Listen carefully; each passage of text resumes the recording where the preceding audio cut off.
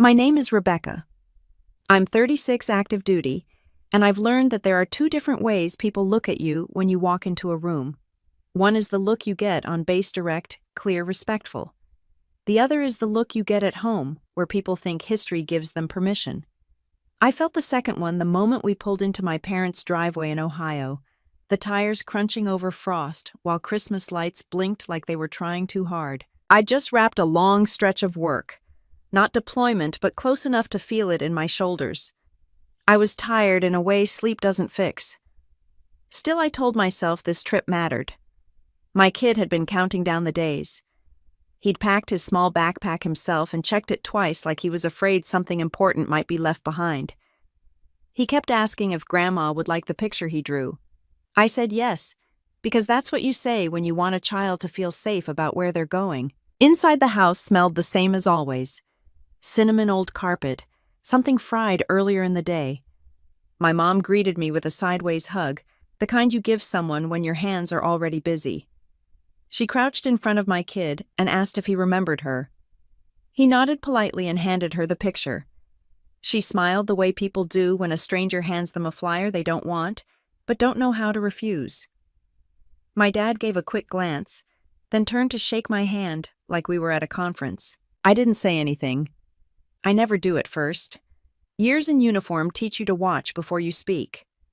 You notice who looks at whom, who asks questions, who doesn't. My sister was already there, sitting at the table with her phone face down, like she wanted to look present without actually being present. She glanced up, smiled at me, then looked past my kid as if he were a coat we'd hung by the door. Her daughter was on the couch swinging her legs, the band in her hair crooked from running around. She looked comfortable, like she belonged. We set our bags down. I lined the wrapped gifts by the tree. Each one had a small drawing taped to the top because my kid insisted. He'd worked on them all week, asking which colors people liked. I watched him hover near the living room, trying to figure out where he fit. That's the thing people miss. Kids don't need explanations. They read rooms better than adults. Breakfast came and went. Plates clinked. Someone made a joke about the weather. My mom asked me how work was, then answered her own question by talking about a neighbor's roof. My sister laughed at something on her phone. My kid sat on the rug with a toy car he'd brought from home, rolling it back and forth, humming under his breath. He wasn't loud. He never is in houses that aren't ours. I found myself in this kitchen rinsing a mug that didn't need rinsing just to have something to do with my hands. I'd done this before. Every holiday, every birthday. I told myself the same story each time. They don't mean anything by it. They're just awkward. It'll get better as he gets older.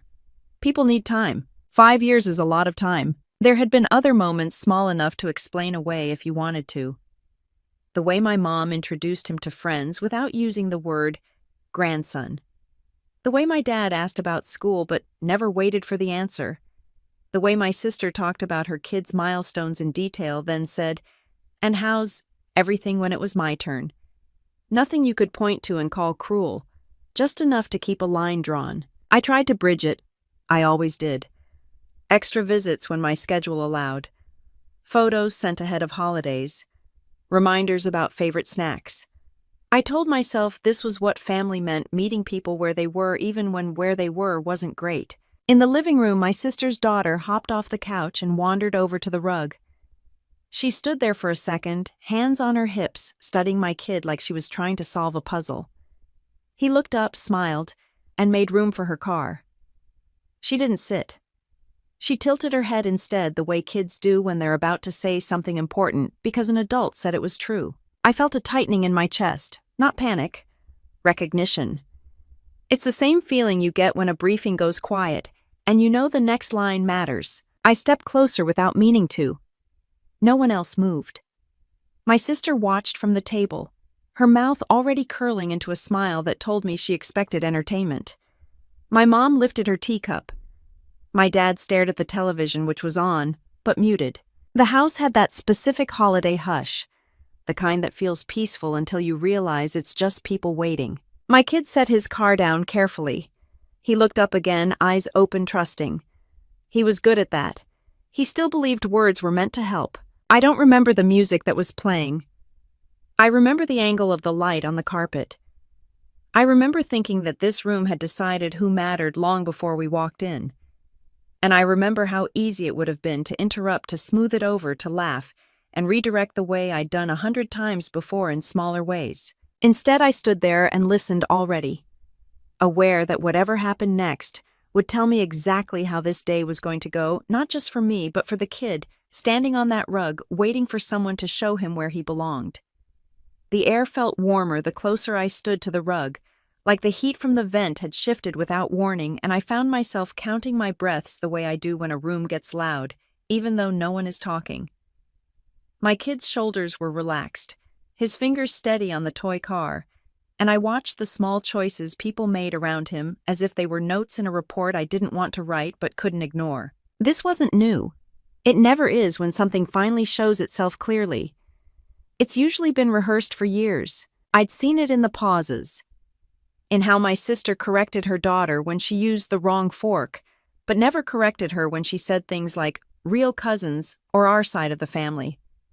In how those phrases floated through the room and landed somewhere behind my kid's ear quiet enough that adults pretended not to hear them. Kids hear everything. Adults choose what counts. A few summers back, we were at a backyard cookout. The kids were chasing each other through the sprinkler while the adults hovered near the grill. My sister had handed out popsicles and said, "Okay, make sure everyone gets one." Then she leaned toward her daughter and added, not whispering, just lowering her voice, "You know which ones are for family." She'd smiled when she said it like it was a joke we were all supposed to get. I'd told myself she meant cousins who were sleeping over or kids from next door. I'd told myself a lot of things. There was the time at my parents' house when my mom lined up school pictures on the mantel. My sister's kids went in the center. My kid's photo ended up near the end, half hidden behind a candle. I moved it without saying anything. It was back where it started the next day. No one commented. That's how it always worked. Nothing direct. Nothing you could quote. Just enough to teach a lesson without taking responsibility for it. My sister was good at that. She never raised her voice. She never picked fights. She let other people do the work for her by saying nothing at the right moments. Watching her now, I recognize the same calm patience she used when she wanted something to sink in. She didn't interrupt her daughter because she didn't need to. The idea had already been planted. I tried to counter it in ways that felt reasonable. I used names. I said your cousin when others said the kids. I made a point of asking my kid questions out loud so he wouldn't disappear into the background. I praised him for small things, tying his shoes, remembering manners, because I wanted him to know he was seen. None of it stuck the way I hoped. It's hard to compete with repetition. At night after visits like this, he'd ask questions that didn't sound like questions. Why does Aunt Angela say her kids are the real ones, or Grandpa likes them more because they're older, right? I answered carefully. I said families look different. I said love isn't a contest. I said grown-ups make mistakes. What I didn't say was that some people protect their version of family by shrinking everyone else. Back in the living room, my sister shifted her weight and crossed her arms, still smiling, still waiting. My mom took a sip of tea like she needed a second to swallow. My dad cleared his throat and said something about the weather, like it was his job to keep things moving along. No one stepped in. No one ever did. Silence had become a shared language. I'd learned to read that language somewhere between basic training and my first real assignment. When people avoid eye contact, when they change the subject, when they let a bad thing stand because correcting it would be uncomfortable, in uniform silence can get someone hurt. At home, it just gets passed down. My kid rolled the car toward his cousin again, hopeful. She didn't take it. She looked past him, instead, checking her mother's face the way kids do when they want confirmation. My sister gave the smallest nod. It was barely there, but it was enough. That's how instructions are given when you don't want to be blamed for them. I thought about the first time my sister reacted badly to the adoption. She hadn't yelled or argued.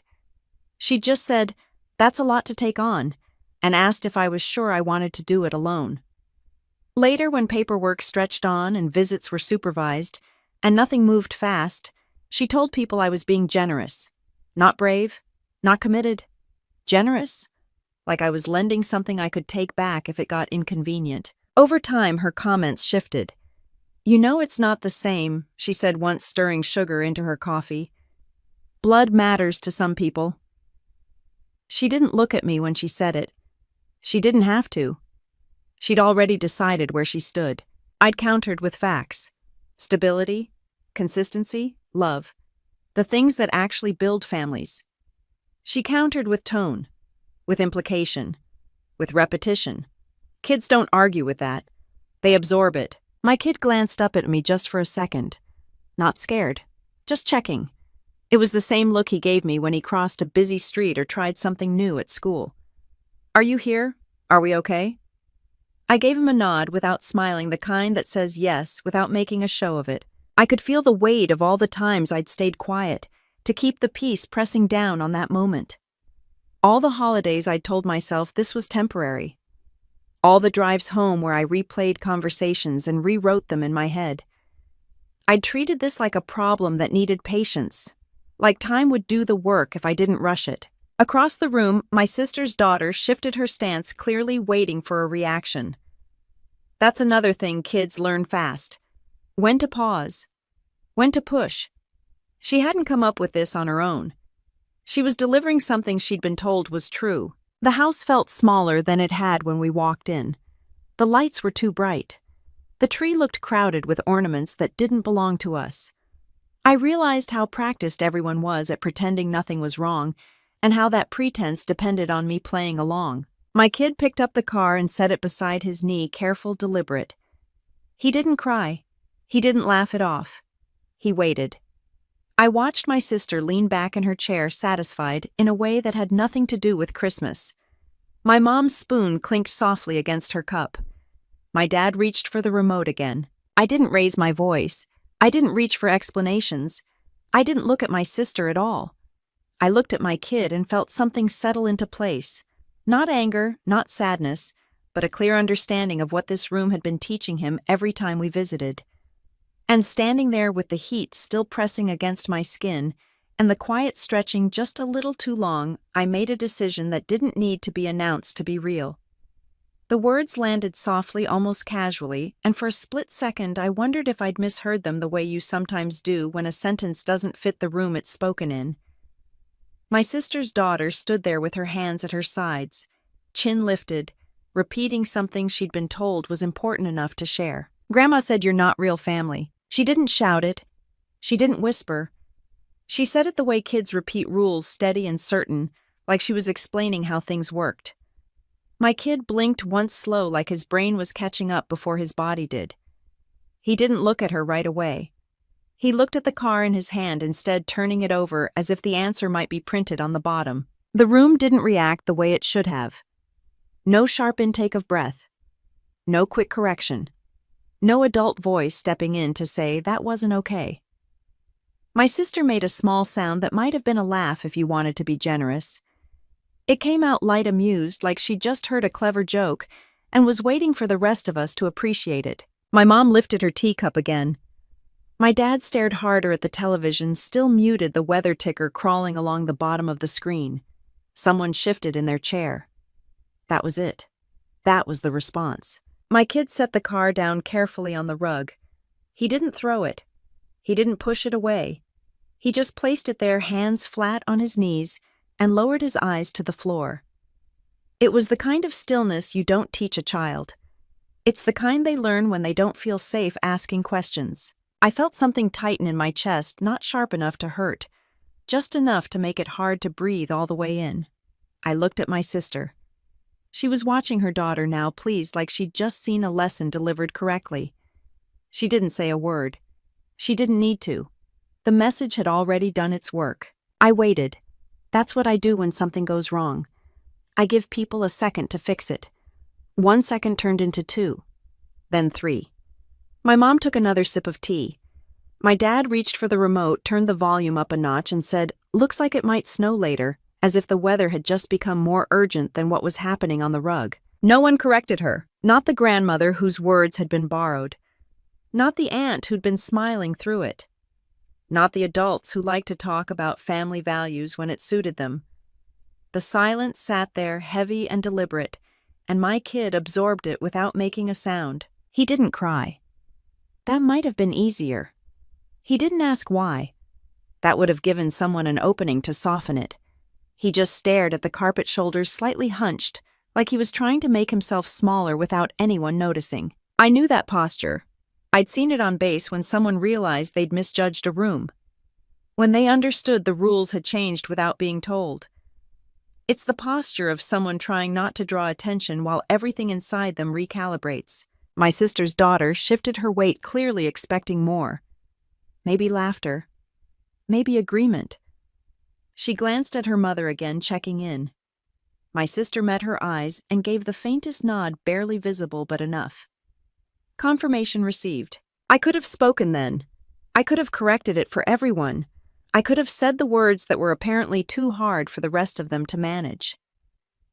He is family. That's not okay.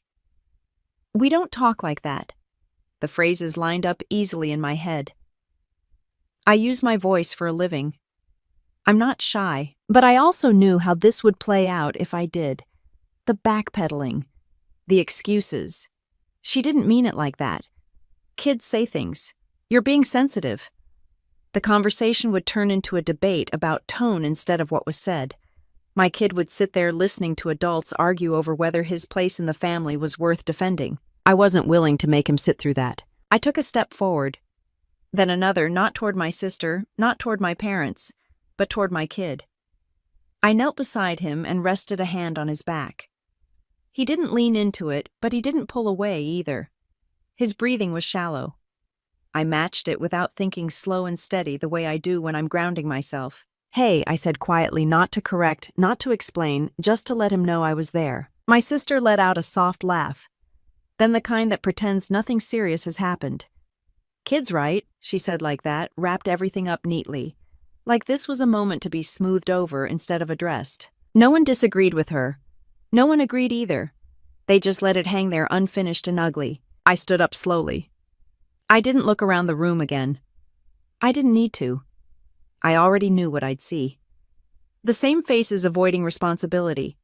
The same people waiting for me to carry it. My kid picked up his car again, hesitating for a beat before standing. He looked at me, searching my face, and I gave him a nod. Not a smile. Not reassurance. I couldn't back up in that room. Just a clear signal. We're moving. I reached for our coats without saying anything. My sister raised an eyebrow, still amused. You're not seriously upset about that, are you? She asked like she was testing a theory. I didn't answer. I helped my kid into his jacket, zipped it up, tucked his scarf the way he liked. My mom finally set her cup down. Rebecca, she said, cautious now. Let's not make a big deal out of... I didn't let her finish. Not by interrupting, by continuing what I was already doing. I gathered the gifts we'd brought, stacking them carefully, the drawings still taped to the top. My kid watched me quiet, observant. He didn't ask what was happening. He just followed my lead the way he always does when he trusts me to handle something he doesn't understand yet. My sister scoffed softly. Wow, she said. Talk about dramatic. I picked up the last bag and turned toward the door. The house felt louder than even with the television still playing weather updates and holiday ads. I could feel eyes on my back waiting for me to explain myself, to justify why I wasn't willing to sit there and pretend. I didn't explain. I didn't justify. I opened the door and let the cold air rush in sharp and clean. My kid stepped outside first, the frost crunching under his shoes. I followed, pulling the door closed behind us with a firmness that didn't require slamming. As we walked to the car, my phone buzzed in my pocket. I didn't check it. I focused on getting my kid buckled in, on making sure his hands were warm, on starting the engine and pulling away from the curb without looking back. The house grew smaller in the rear-view mirror lights, blinking steadily unchanged. Inside the car, the heater kicked on, and my kid stared out the window, quiet but composed. I adjusted the mirror, took a breath. I hadn't realized I'd been holding, and drove already aware that the silence we'd left behind was going to be filled whether I participated in it or not. The heater hummed as we merged onto the road, and I turned it down a notch when I noticed my kid's cheeks had gone red the way they do when he's holding something in. He didn't ask where we were going. He didn't ask why we left. He watched the houses slide past the window, one string of lights after another, like he was counting them to stay busy. I kept both hands on the wheel, not because the road was slick, but because it gave me something solid to hold on to. I've learned that silence in a car can mean a lot of things. This one felt careful, like he didn't want to say the wrong thing. We stopped at a red light near the edge of town. A truck pulled up beside us. Music loud, windows fogged. I glanced over at my kid. He was staring at his reflection in the glass eyes, unfocused lips pressed together. I reached over and adjusted his scarf where it had twisted a small, ordinary movement. He let me. "I didn't do anything wrong," he said suddenly, not looking at me. I know I said steady. I didn't add anything else. He didn't need a speech. He needed confirmation. The light changed. I drove. Back at the hotel, I carried the bags in one by one, while he unlocked the door with the key card, like it was a game. Inside the room smelled faintly of cleaner and something sweet from the lobby. I set the gifts on the table without unwrapping them, the drawings still taped in place. They looked out of context, their bright paper against neutral walls. My kid climbed onto the bed and kicked off his shoes. He lay back, staring at the ceiling. "Are we in trouble?" he asked, quiet. "No," I said. "We're done for today." That seemed to be enough. He rolled onto his side and reached for his backpack, pulling out the stuffed animal he'd packed himself. He hugged it close, breathing slowing the way it does when his body decides it's safe again. I watched him for a moment longer than necessary, then went to the bathroom and turned on the sink just to have some noise. I splashed water on my face and looked at myself in the mirror. I didn't look angry. I didn't look shaken. I looked tired in a way that felt earned. The kind of tired that comes after you stop carrying something heavy. My phone buzzed on the counter. I picked it up this time, my sister. A text with a laughing emoji I didn't bother interpreting. "Seriously, you're leaving over that?" I didn't respond. Another buzz. My mom.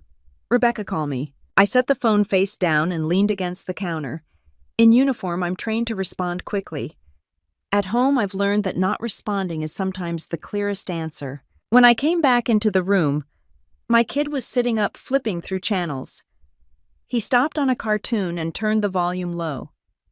"Can we stay here tonight?" he asked, like he already knew the answer but wanted to hear it anyway. "Yes," I said. "We're staying." He nodded, satisfied, and turned back to the screen. I sat in the chair by the window and watched the parking lot for a bit. Snow had started to fall light and steady, catching in the glow of the street lamps. Cars came and went. No one knew what had just happened in a living room 10 minutes away. The world kept moving. Another text came through, this time from my dad. "Let's not make this bigger than it is." I almost laughed. Bigger than it is. Like what had happened was a misunderstanding, a slip of the tongue, something that would shrink if ignored. I typed a response, then deleted it. I didn't want to argue about size. I wanted to change the shape of things. Later, after my kid fell asleep with the TV still murmuring softly, I sat on the edge of the bed and thought through what I knew. Not what I felt. What I knew. I knew that what had been said wasn't new. I knew that the silence afterward wasn't accidental. I knew that every time I smoothed things over, I taught everyone involved that it was safe to keep going. I also knew something else, something I'd been avoiding because it made things complicated. For years, I'd been the quiet fix, the one who covered shortfalls without announcing it, the one who didn't mind picking up a bill or handling a repair because it seemed easier than watching my parents stress. It had felt like support. Somewhere along the way, it had become expectation. My phone buzzed again. A message from my mom, this time longer, more careful. "We love you. Let's talk tomorrow." I stared at the words until they blurred. Love without action doesn't hold much weight. Neither does talk that always ends the same way. I stood and gathered the gifts again, stacking them neatly in the corner. For a moment, I considered unwrapping one, letting my kid open it here, salvaging some piece of the day. I decided against it. I didn't want to pretend this was just a detour. I wanted it to be exactly what it was. I sat back down and opened my laptop. Not to write an email, not to vent.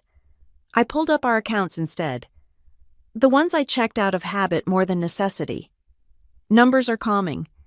They tell the truth without tone. I scrolled through transactions, familiar patterns standing out now that I was looking for them. The automatic payment I'd set up years ago and never revisited. The transfers that lined up neatly with my parents' deadlines. Nothing illegal. Nothing dramatic. Just steady support that had quietly become structural. I closed the laptop and leaned back, listening to my kid's breathing even out across the room. He shifted in his sleep and mumbled something unintelligible, then settled again.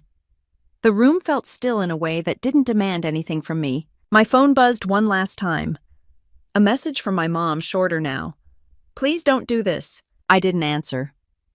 I set the phone on the table beside the gifts and turned off the lamp. In the dark, with the snow still falling outside and the heater cycling on and off, I let myself acknowledge a simple fact without dressing it up. Walking out hadn't been a reaction. It had been a choice. And choices once made have a way of arranging everything that comes after them. The laptop screen glowed faintly as I reopened it, the fan whirring just loud enough to remind me it was there, and I scrolled past numbers I usually skimmed without thinking. This time I slowed down, not to second-guess myself, but to see things as they were, stripped of the story I'd been telling myself for years. The pattern was obvious once I stopped pretending it wasn't. There was the automatic payment that went out every month on the same day, labeled blandly enough that it barely registered anymore. There were the transfers timed just before deadlines, utilities, insurance, the kind of expenses that don't forgive lateness. I'd set most of them up during a rough patch my parents had gone through a few years back. At the time, it felt temporary. A bridge. Something a daughter did when she could. I'd never announced it. I didn't want thanks. I didn't want leverage. I wanted stability. That's how I justified it anyway. In the military, support is clear. It's documented. It has an end date. At home, I'd let it blur. I told myself that was kindness. My phone buzzed again on the table. I ignored it and kept reading. One payment led to another, then another. A second mortgage I hadn't asked too many questions about. A repair bill that never seemed to end. It wasn't extravagant. It was just constant. I realized I'd been holding the floor steady under a house that kept shifting its weight. I closed the laptop and rubbed my eyes. In the other bed, my kid rolled over, tugged the blanket higher and sighed like he was settling into something comfortable. I stayed where I was, listening to that sound, letting it anchor me. The next morning, the hotel coffee tasted burnt, but it was hot, and that counted for something. My kid sat across from me at the small table, swinging his legs and tearing open a packet of sugar with more enthusiasm than necessary.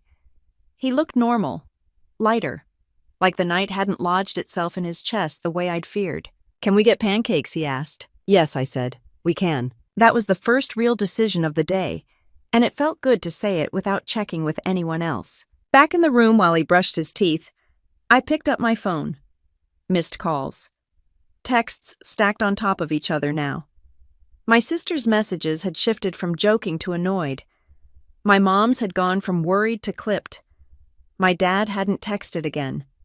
He preferred emails when he wanted to sound reasonable. I didn't respond to any of them. Instead, I opened my banking app again and went straight to the payment settings. The cursor hovered for a second over the automatic transfer. I wasn't angry. I wasn't shaking. I was precise. I turned it off. The confirmation screen popped up, neutral and unemotional. Change saved. That was it. No fireworks, no alarm bells. Just a quiet adjustment that would ripple outward whether anyone liked it or not. We checked out before noon. The drive home was uneventful, the kind of long stretch of highway that lets your thoughts line up without crashing into each other. My kid fell asleep with his forehead pressed to the window, leaving a faint fog mark I wiped away at the next stop. He slept like someone who didn't feel watched. My phone rang as we pulled back onto the road. My mom. I let it go to voicemail. It rang again 15 minutes later.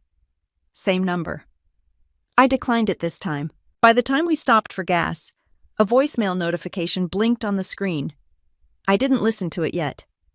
I paid at the pump, watched the numbers climb, and thought about how much energy it took to keep other people comfortable at the expense of clarity. We were an hour from home when my phone buzzed with a text that didn't bother with pleasantries. Did you change something with the account? It was from my mom. No context, no concern, just assumption. I pulled over at the next rest stop and put the car in park. My kid stirred, blinked at me, then went back to sleep when he saw we weren't getting out yet. I picked up my phone and typed carefully, not because I was afraid of saying the wrong thing, but because I wanted there to be no confusion. Yes, I wrote. We're not covering expenses anymore. The response came faster than I expected. What do you mean anymore? I watched the typing bubble appear and disappear twice before the next message landed. This is a mistake. We can't have things cut off. There it was. Not are you okay, not what happened. Just we can't. I took a breath and replied, it's not a mistake. A pause followed. Longer this time. I imagined her at a counter somewhere, card in hand line forming behind her, trying to keep her voice calm. The image didn't make me feel guilty. It made me tired. I can't believe you'd do this to your own family, she wrote finally. I looked at my kid in the rearview mirror. He'd shifted again, one arm flung over the pillow I'd wedged against the door. His face was soft, unguarded. He wasn't bracing for anyone's reaction. I'm not doing anything to you, I typed back. I'm making a change. The reply was immediate. This is about last night, isn't it? You're overreacting. Overreacting. The word people use when they don't want to look at cause and effect. I didn't answer that one. I put the phone down and started the car. We pulled back onto the highway, the rest stop shrinking behind us, the road stretching clean and open ahead. When we got home, I carried the bags inside and set them down by the door. My kid kicked off his shoes and headed straight for the kitchen, asking if we still had cereal. We did. Life resumed its shape easily when no one was pulling at the edges. Later that afternoon, my dad's email came through, formatted neatly, subject line neutral. I didn't open it right away. I put on a load of laundry instead, listening to the washer fill the mundane sound grounding me. When I finally did read it, the tone was exactly what I expected. Concerned. Disappointed. A reminder of everything they'd done for me growing up. A warning about making decisions based on emotion. A final line suggesting I think carefully before letting things go too far. I closed the email without responding and set the phone down on the counter. The house was quiet, except for the hum of appliances and my kid's voice drifting in from the living room as he narrated a game to himself. The space felt stable, uncomplicated. I didn't feel triumphant. I didn't feel cruel. I felt aligned. Like something that had been off for a long time had finally been adjusted back into place, and everything else was still in the process of catching up. The dryer buzzed as I pulled warm clothes out and folded them straight from the basket, the routine settling my hands even as my phone kept lighting up on the counter. I didn't look at it right away. I knew the rhythm by then.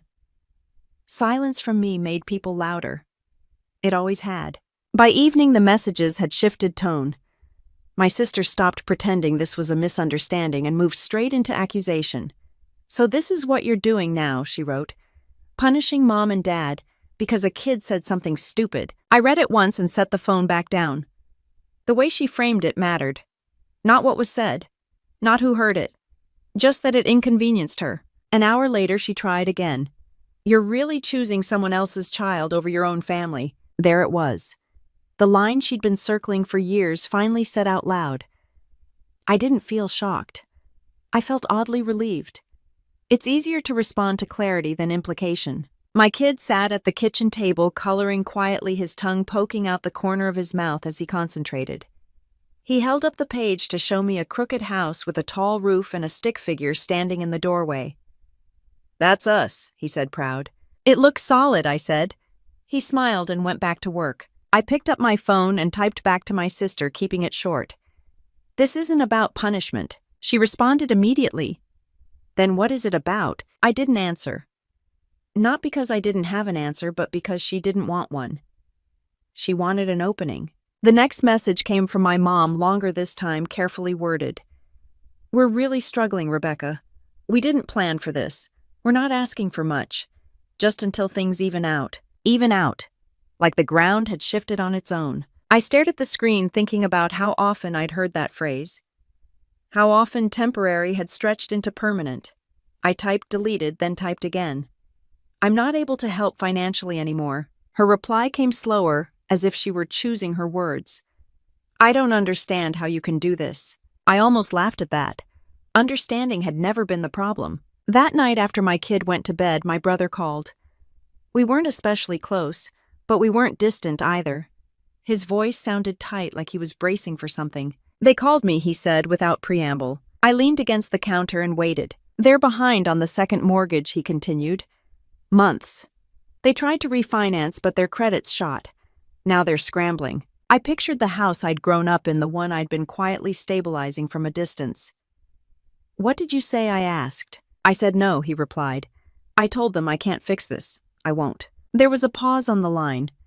I don't blame you, you know. I just wanted you to know what's coming. I thanked him and hung up, feeling the shape of things sharpen. This wasn't panic.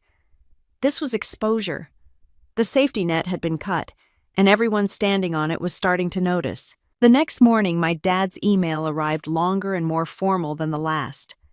Bullet points. Concerns. A reminder of sacrifices they'd made for me growing up. A suggestion that my work and my current priorities might be clouding my judgment. Halfway through, he pivoted. I'm worried about you, he wrote. This doesn't sound like you. You seem isolated. I read that line twice. Isolated. The word landed exactly where it was meant to.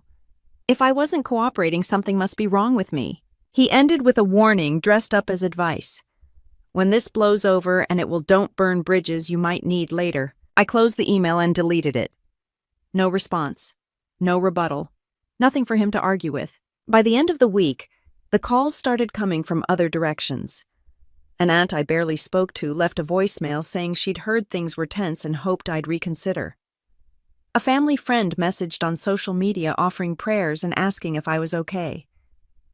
The story was spreading, edited carefully to cast me as the unreasonable one. I didn't correct it. I didn't defend myself.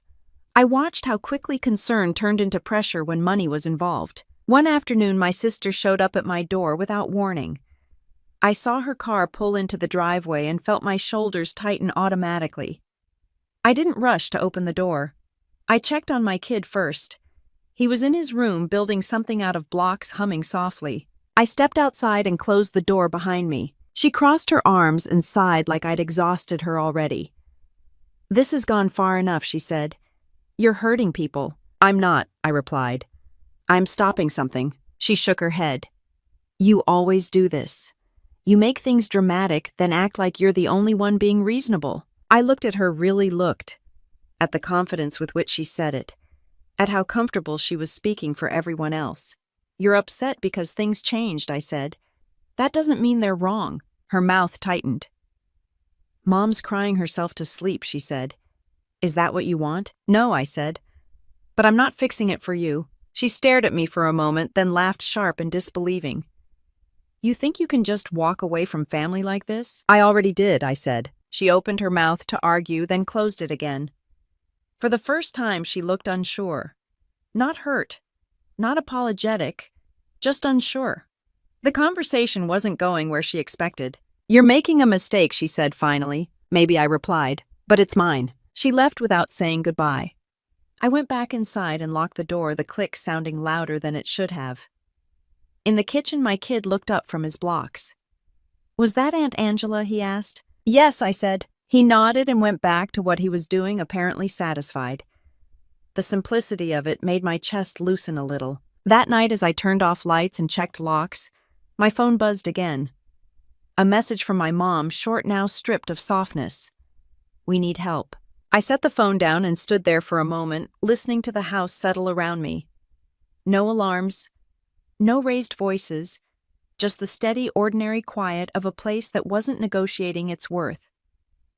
I noticed it first in the way the house stayed quiet, even when my phone didn't. The walls didn't feel tense. The air didn't feel heavy. Whatever chaos was happening elsewhere wasn't following me inside anymore, and that contrast made certain things impossible to ignore. My brother called again 2 days later than usual, his voice low, like he didn't want anyone overhearing. They're talking to people now, he said. Not banks. Other options. I didn't ask what that meant. I already knew. They're trying to buy time, he added. They keep saying this is temporary. That once you calm down, things will go back to normal. Normal. The word sat there plain and misleading. I pictured my mom using it like a shield, my sister like a weapon. After we hung up, I opened my laptop again, not to check accounts this time, but to look through old emails and documents I'd archived without much thought. The adoption paperwork, school forms, emergency contacts, everything that had required my signature over the last few years. My parents' names appeared exactly once, and that was because I'd filled it in myself, hoping it meant something. What I found instead were messages from my dad asking if I could help, just this once repeated often enough to form a pattern. Messages from my mom thanking me for stepping in, always framed like I was covering a gap they couldn't be expected to manage. Messages from my sister asking if I could float them until tax season, then again until summer, then again until something else worked out. None of them asked how I was doing. None of them asked how my kid was handling anything. The questions were always about timing, about amounts, about what I could do. The realization wasn't dramatic. It didn't hit all at once. It settled in slowly like a truth that had been waiting for me to stop looking away. I wasn't their daughter in the way I'd thought. I was their solution, their fallback, the person who made consequences optional. That night while my kid worked on homework at the kitchen table, I made dinner without rushing. He asked me to quiz him on spelling words, and I did, correcting him when he missed one, praising him when he didn't. He grinned when he got the hard ones right. It struck me how clear expectations made him calmer, not anxious. How knowing the rules helped him relax. My phone buzzed again. This time it was my mom calling instead of texting. I let it ring. She called back 5 minutes later. I let it ring again. The third time I answered, her voice sounded tired. Not fragile. Tired in the way people get when their plan isn't working. "Rebecca," she said, like she was relieved to hear me. "We need to talk." "I'm listening," I replied. She launched into it immediately. Bills, deadlines, how hard things had been lately. She didn't mention Christmas. She didn't mention my kid. She talked about stress and pressure and how unfair everything felt. I waited until she paused for breath. "What do you want from me?" I asked. There was a beat of silence. "We just need some guidance," she said carefully. "Maybe you could help us figure out next steps." "You're good at that." Guidance. Not help, not money. Just guidance. The word was a disguise. "Who are you talking to about this?" I asked. She hesitated. "Your father reached out to someone who helped when the bank said no," she admitted. "Just to explore options." Options. Another word that meant more than it said. "I'm not getting involved," I said. Her tone sharpened slightly. "You can't just abandon us." I felt something shift then, not anger, not guilt, but clarity. "I didn't abandon you," I said. "I stopped fixing things you don't want to fix yourselves." She started to argue, then stopped. "I don't understand why you're being like this." "I'm being consistent," I replied. She sighed long and heavy. "You've changed." "Yes," I said. "I have." After we hung up, I sat there for a moment longer than necessary, phone still in my hand. In the other room, my kid was humming while he brushed his teeth, the sound drifting down the hallway. It was ordinary, unremarkable. It mattered more than anything else in that moment. The next day, my dad showed up at my office. Not at my house, not with a call ahead of time. He showed up at my office where you don't just walk in. You check in. You wait. You explain who you are and why you're there. By the time security let me know he'd been sitting there long enough to make a point, I met him in the lobby. He looked smaller than I remembered, shoulders hunched, hands clasped, like he was trying to look concerned instead of desperate. "I was worried about you," he said, leading with it like a practiced line. "This isn't like you." We sat down across from each other, the chairs too close for comfort. He talked about family, about how people say things they don't mean, about forgiveness, about how stress makes everyone act out of character. I listened without interrupting. Then he shifted. "Have you thought about counseling?" he asked. "Someone neutral, to help you reconnect." Reconnect, as if I were the one who'd drifted. "I'm fine," I said. He nodded, then leaned in slightly. "You don't seem fine." The implication hung there. If I wasn't cooperating, something must be wrong with me. He slid his phone across the table. "We're just asking for direction," he said. Please don't let her make a decision that hurts everyone. I looked down at the screen. Bank statements, overdue notices, a warning about foreclosure on the second mortgage. At the bottom, a single line typed carefully. We're running out of time. They'd gone around me. They'd decided my boundary was a problem to be managed. I handed the phone back to him. You shouldn't be here, I said. His mouth tightened. I'm your father. And this isn't the place for this conversation, I replied. He stared at me for a long moment, then stood. You'll regret this, he said quietly. I watched him walk out, posture stiff, steps uneven. The lobby returned to its normal hum, people passing through with their own concerns. No one paid us any attention. Back at home that evening, I opened the hall closet and pulled out the bin I kept on the top shelf. Inside were things I didn't store anywhere else. The blanket my kid came home with. The first drawing he'd ever labeled with my name. Notes from teachers folded and refolded until the edges softened. I sat on the floor and went through them one by one, not to relive anything but to remind myself what I was actually responsible for. Family doesn't show up at your workplace to undermine you when money runs out. Family doesn't treat a child like a variable in a negotiation. I put everything back and closed the bin, the lid clicking into place. In the kitchen, my kid was setting the table without being asked, counting out forks with serious concentration. I watched him for a moment, then reached for my laptop, already knowing what needed to be said and how little of it actually required explanation. The cursor blinked at the top of a blank email. While I stood at the counter, the hum of the refrigerator steady enough to keep my thoughts from scattering. I typed a sentence, deleted it, typed another, then closed the laptop without sending anything. I didn't need to explain myself again. I needed to be precise. For a few days after my dad showed up at my office, things went quiet. Not the tense quiet I was used to. A different kind. No calls, no texts, no forwarded messages from relatives who suddenly felt called to intervene. I noticed the absence the way you notice a headache finally easing carefully like you don't want to jinx it. Then the picture arrived. It came through as a text from my mom unannounced. My parents stood outside a small brick church I didn't recognize, hands clasped, faces solemn. They looked like they were posing for a brochure. The caption read, "We've started counseling. We're trying. Please don't give up on us." I stared at the screen longer than I meant to. The photo was well lit, framed, deliberate, not a snapshot, a statement. My kid was at the table working through a puzzle pieces spread out with methodical care. "Can you help me find the corner ones?" he asked without looking up. In a minute, I said, setting the phone down face up. I didn't reply to the message. I didn't delete it either. I let it sit where I could see it like evidence. That night after bedtime, I pulled the phone back out. A second message had come through, longer this time. My mom wrote about uncomfortable conversations and hard truths, about downsizing and cutting back, about faith.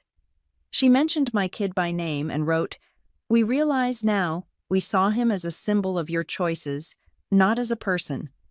That's on us." The sentence landed hard enough to knock the air out of me. It was the first time anyone had named the harm without deflecting it. I didn't feel relieved. I felt cautious. I showed the messages to my brother the next day. He read them quietly, then handed the phone back. "They sound sincere," he said. "But they always do when things get tight." I thought about that on my drive home, traffic moving smoothly, radio low. Sincere is a tone. Change is behavior. For a week, nothing else happened. No pressure, no follow-ups, no attempts to pull me back in. I let myself believe just a little that maybe they were doing the work without expecting immediate results. That maybe space was actually space. Then my phone buzzed with a number I didn't recognize. "Hi, Rebecca," the text read. "This is Marlene from your mom's church group. She mentioned you might want to reconnect sometime. No pressure, just reaching out." I stared at the message, my thumb hovering over the screen. I hadn't shared my number with anyone new. I hadn't mentioned reconnecting. I hadn't said anything at all. I didn't respond. The next day, another message arrived, this one more official. A youth coordinator from the same church inviting my kid to weekend activities. She wrote that my mom thought he might enjoy making friends his age. My chest tightened. I hadn't given permission for anyone to contact my child. I hadn't given permission for my parents to share his name. I called the church that afternoon. I kept my voice calm, polite. I thanked them for thinking of us and declined the invitation. Then I asked a simple question. How did you get my contact information? There was a pause on the other end of the line, just long enough to answer without saying anything. Your mother shared it, the coordinator said finally. She said you were open to reconnecting and just needed encouragement. Encouragement. Another soft word doing heavy work. I ended the call and sat in my car, hands resting on the steering wheel, letting the anger rise without pushing it down. This wasn't outreach. It was strategy. When direct access failed, they found another door. At home, my kid ran up to me with a drawing, breathless with excitement. Look, he said, holding it up. 3 stick figures, a dog, a house with a tall roof. No grandparents, no extended family, just certainty.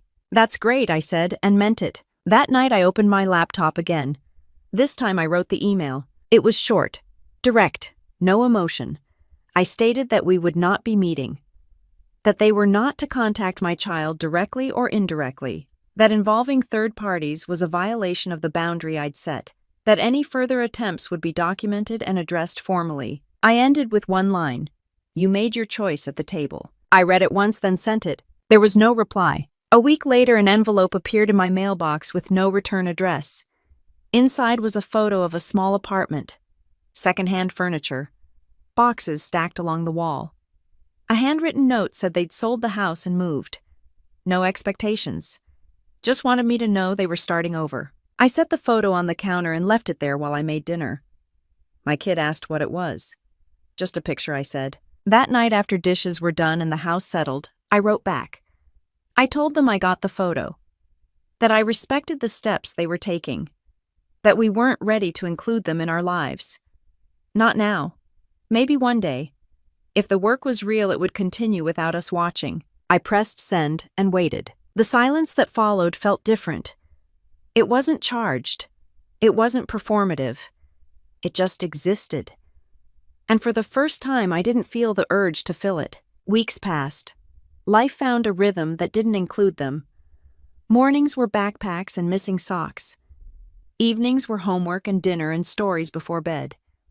I noticed how much energy I'd been spending anticipating reactions instead of living my own days. Then, just as that quiet started to feel reliable, my phone buzzed again. Another number I didn't recognize. A message from someone who introduced herself as a friend of my mom's, checking in, hoping I was well. I set the phone down and watched my kid line up his shoes by the door without being asked, focused and content. The pattern was clear now, clear enough that I didn't need to question it. When one approach failed, another took its place, dressed up as concern framed as kindness. I opened my laptop not to argue, not to explain, but to make sure every boundary I'd drawn was recorded exactly as it stood ready to hold without reinforcement steady enough to do the work on its own. The phone vibrated against the counter while I was rinsing a plate, the sound sharp enough to cut through the running water, and I turned off the faucet before wiping my hands on a towel I'd already folded twice. I didn't check the screen right away. I watched my kid at the table instead, tongue tucked at the corner of his mouth, as he filled in a worksheet with careful block letters, completely unaware that anyone outside this room still thought they had a say. When I picked up the phone, the message was short and friendly, the kind that pretends familiarity where there is none. A first name I vaguely recognized from my mom's social circle, followed by a sentence about just wanting to make sure everything was okay and how she'd heard we might appreciate some community support. No mention of my parents. No mention of why she had my number. I set the phone down and finished drying the plate. 5 minutes later, another message arrived. This one was longer. It came from a group number tied to a local charity event inviting families to participate. My kid's name was included, spelled correctly. The invitation referenced interests I hadn't shared publicly. Soccer, drawing, pancakes on Saturdays. My chest tightened in a way that had nothing to do with anger and everything to do with certainty. I didn't respond. I walked to the living room, picked up my laptop, and pulled up the document I'd started weeks earlier. Dates, times, screenshots, nothing dramatic, just facts. When you deal with patterns long enough, you learn that clarity is a form of protection. My kid slid the worksheet toward me. "Can you check this one?" he asked, pointing to a word he'd sounded out slowly. I leaned over, corrected a letter, and gave him a nod. "Looks good." He grinned and went back to work satisfied. I called the organization listed in the message and asked to speak to whoever had sent it. My voice stayed even. Polite. The woman on the other end apologized, immediately said she'd been told we were open to outreach. I asked where she'd gotten our contact information. She hesitated, then said my mother had provided it and assured them it was welcome. I thanked her for clarifying and ended the call. That night after bedtime, I laid everything out on the kitchen table. The church texts, the charity invitation, the earlier messages from friends of friends. It wasn't harassment in the legal sense. It didn't need to be. It was persistence wrapped in politeness, a refusal to accept no unless it came with consequences. I opened my email and wrote one more message. It wasn't long. I stated that I was aware of the third-party contacts, that sharing my child's information without consent was unacceptable, that any further attempts to reach us through intermediaries would be documented, that this was no longer a conversation. I sent it to my parents.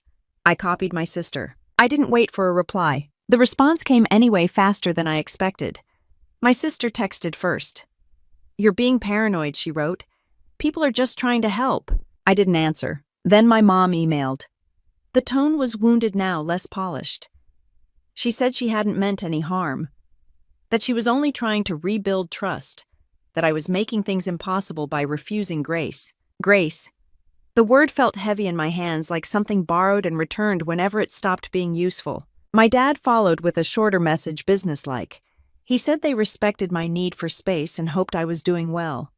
Halfway through, he pivoted, asking if I was still considering investing in property and whether there might be a way to structure something that could help them through a rough patch. I read it twice, then I closed the laptop. The next attempt came from my sister again, late at night. "Everyone's hurting," she wrote. "Can't you just be the bigger person?" I deleted it without replying. The following week, a packet arrived in the mail addressed to me in my mom's handwriting. Inside were pamphlets from counselors, financial advisors, and support groups. The kind you pick up when you want to look proactive without committing to anything. A sticky note on top read, "We're doing the work." I recycled the whole stack. At school pickup one afternoon, my kid ran toward me with a paper clutched in his hand. "We did a family project," he said, breathless. I drew us. In the car, he showed me the worksheet. Boxes labeled Mother, Father, Family. He'd filled them in carefully. My name, his, a dog we don't own but talk about getting someday. When I asked if he wanted to add anyone else, he shook his head. "That's everyone," he said, then turned to look out the window. There was no hesitation in his voice, no question, just certainty. That evening, my sister tried one last time. A voice memo this time, her tone softer than before, carefully controlled. She said she missed me, that this had gone too far, that we could all sit down and clear the air if I'd just be reasonable. I didn't listen to it all the way through. I blocked her number. Then I blocked my parents. Email, phone, social media. I didn't announce it. I didn't warn anyone. I just closed the doors they kept trying to push open and locked them without checking to see who was on the other side. The house didn't change when I did it. The lights didn't flicker. The air didn't shift. My kid was in the living room, lining up action figures with serious focus, narrating a story only he could hear. I made dinner. We ate. We talked about school and what movie to watch later. After dishes, I sat on the couch with my laptop open, updating the document one last time. Final note added. No further contact. Boundaries enforced. I closed the file and shut the laptop, the click decisive. Outside the street was quiet neighbors going about their routines, unaware of the lines being drawn inside this house. When my kid climbed onto my lap and asked for a story, I wrapped an arm around him and started one we'd read a dozen times before. He listened relaxed, already drifting his breathing slow and even. I kept reading, my voice steady, the words familiar, and felt something settle into place that didn't require approval or agreement to hold. The morning settled into a rhythm without anyone announcing it, the kind that forms when there's nothing left to negotiate. I woke up before the alarm out of habit, made coffee and packed lunches, while the house stayed quiet in a comfortable way. My kid padded into the kitchen in mismatched socks, already talking about a science project and whether baking soda counted as a reaction. I listened, nodded, and handed him a plate without checking my phone first.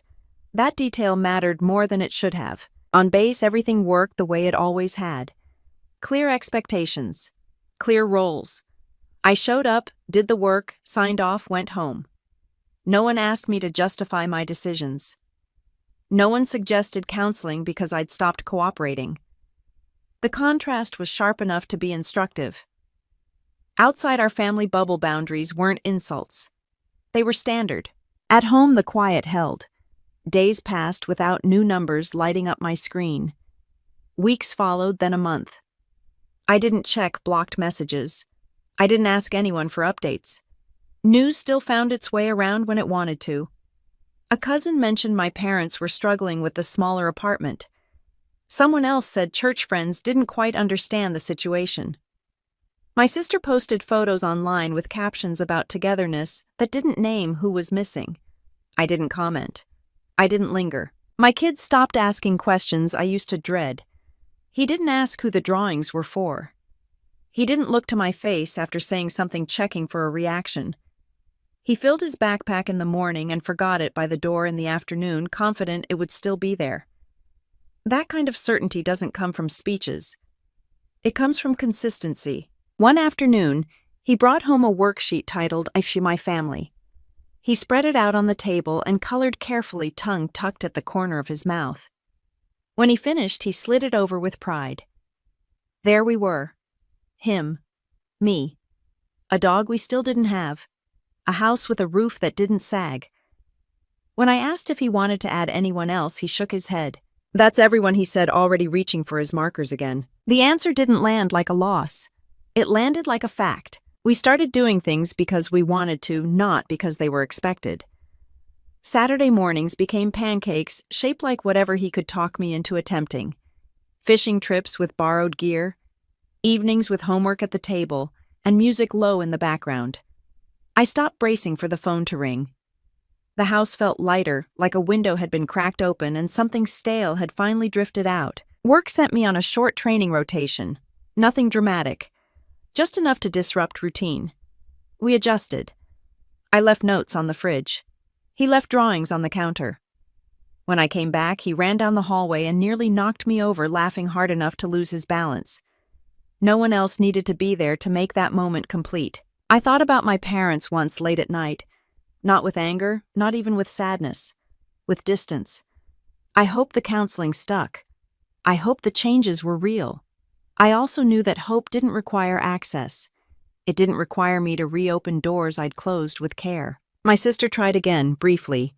A text from a new number that said she missed me and hoped we could talk. It didn't mention my kid. It didn't acknowledge anything that had happened. I didn't reply. Silence, I'd learned, can be an answer without being a punishment. We took a short trip to the mountains when school led out a place with tall trees and a porch that caught the afternoon light just right. My kid ran the trail ahead of me, pointing out rocks and birds like he was cataloging discoveries. At night, we sat by the fire and told stories that wandered off into laughter. No one asked who wasn't there. No one needed to. On the last morning, he drew us a picture. 3 stick figures holding hands in front of a house with smoke curling from the chimney. He added stars to the sky even though it was daytime. When I asked why, he shrugged. I like it better that way. I taped it to the fridge when we got home, right where I'd see it every day. I used to think family was something you endured, something you held together even when it cut into you. I don't think that anymore. Family is who protects your child's sense of belonging. Family is who doesn't ask them to earn love by staying quiet. Family is the place where doors don't open without permission and apologies don't arrive only after leverage fails. I don't know what my parents believe now. I don't know whether the counseling changed them or just taught them new language. I don't need to know. The need to know was the last thread, and letting it go felt like breathing after holding my lungs tight for years. The seasons turned without ceremony. Cooler mornings. Different light. My kids started waking up earlier, excited for school, talking about a class pet, and a project that involved vinegar. I adjusted my schedule so I could do drop-offs twice a week. We hosted friends for dinner and laughed loudly without scanning the room for disapproval. We built traditions that didn't require permission. There were moments when memory tried to intrude. A holiday display at the store. A church parking lot we passed on the way to the park. I let those moments pass without attaching meaning to them. I'd learned the difference between remembering and reopening. One honors what happened. The other hands power back. I didn't announce that we were done. I didn't write a final message to tie everything up neatly. The ending arrived quietly the way clarity does when it's been waiting its turn. One day I realized I hadn't checked blocked messages in weeks. Another day, I noticed the idea of running into them didn't tighten my chest anymore. Protecting my kid wasn't a reaction anymore. It was our life. When he ran into the kitchen one morning and asked if we could make heart-shaped pancakes, I reached for the pan without hesitation. The house smelled like coffee and batter. Outside, the day was ordinary in the best way. I flipped the pancake, watched it land just off-center, and smiled, already knowing that whatever else happened beyond these walls didn't get a vote here. I didn't walk away to teach anyone a lesson. I walked away because my child needed a place where belonging wasn't questioned, negotiated, or quietly taken away at a holiday table. Cutting contact didn't make me lighter overnight, but it made our days clearer. There was no more bracing, no more translating adult behavior for a kid who deserved better. In the end, the quiet wasn't empty. It was honest. And that honesty gave us room to grow into a family that didn't need approval to feel whole. If stories like this resonate with you, real family drama, quiet boundaries, and family revenge stories that don't rely on shouting or spectacle, consider subscribing to the channel. These are true-to-life revenge stories about choosing peace, protecting your kids, and walking away when staying costs too much. New stories like this come regularly, and you're always welcome here.